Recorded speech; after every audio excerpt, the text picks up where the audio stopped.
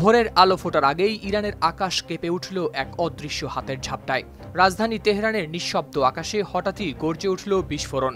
মনে হচ্ছিল কেউ যেন অন্ধকার চিরে ঢুকে পড়ছে আগুন হাতে। ইরানের রাষ্ট্রীয় টেলিভিশনের খবরে বলা হয়, রাজধানী তেহরানের আকাশপথে একাধিক হামলা চালিয়েছে বর্বর ইসরায়েল।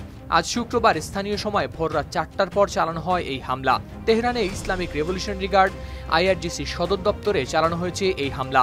হামলার পর আগুন জ্বলতে দেখা গেছে মধ্য ইরানের নাতাঞ্জ পারমাণবিক স্থাপনায়ও। ইসরায়েলের প্রতিরক্ষামন্ত্রী ইসরায়েল কাটজ জানিয়েছেন, এটি ছিল আগাম প্রতিরোধমূলক হামলা। একনল অ্যাডভান্সড হাইজিন সোপ, এবার জীবাণু ধুলাবালি ঘাম ক্লিন বোল্ড। তার মতে ইরানের ড্রোন ও ক্ষেপণাস্ত্র হামলার শঙ্কা থেকেই এই পদক্ষেপ। আর ইসরায়েলের প্রধানমন্ত্রী নেতানিয়াহু বলছেন, তাদের লক্ষ্য ছিল ইরানের পারমাণবিক কর্মসূচি ও সামরিক শক্তিকে দুর্বল করা। পরিষ্কার ভাষায় জানিয়ে দিয়েছেন, যতদিন প্রয়োজন হবে এই অভিযান চলতেই থাকবে। এদিকে এই ঘটনার পর ইসরায়েল জুড়ে বিশেষ জরুরি অবস্থা জারির ঘোষণা দিয়েছে নেতানিয়াহুর সরকার।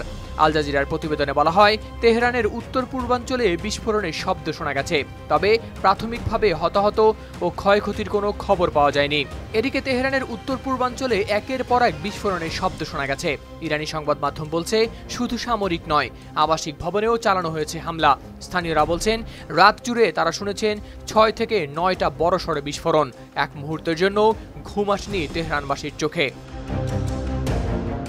স্থানীয় তাসনিম সংবাদ সংস্থার বরাতে আল জাজিরা জানিয়েছে, শহর জুড়ে ইসরায়েলি হামলার পর তেহরানের ইমাম খোমেনি আন্তর্জাতিক বিমানবন্দরে উড়োজাহাজ ওঠানামা স্থগিত করেছে কর্তৃপক্ষ। যুক্তরাষ্ট্রের পররাষ্ট্রমন্ত্রী মার্কো রুবিও বলেছেন, এই অভিযানে যুক্তরাষ্ট্র কোনোভাবেই জড়িত নয়, বরং তাদের সবচেয়ে বড় অগ্রাধিকার হল ওই অঞ্চলে নিজেদের সেনাদের নিরাপত্তা নিশ্চিত করা। হাওলাদার শামীম, RTV।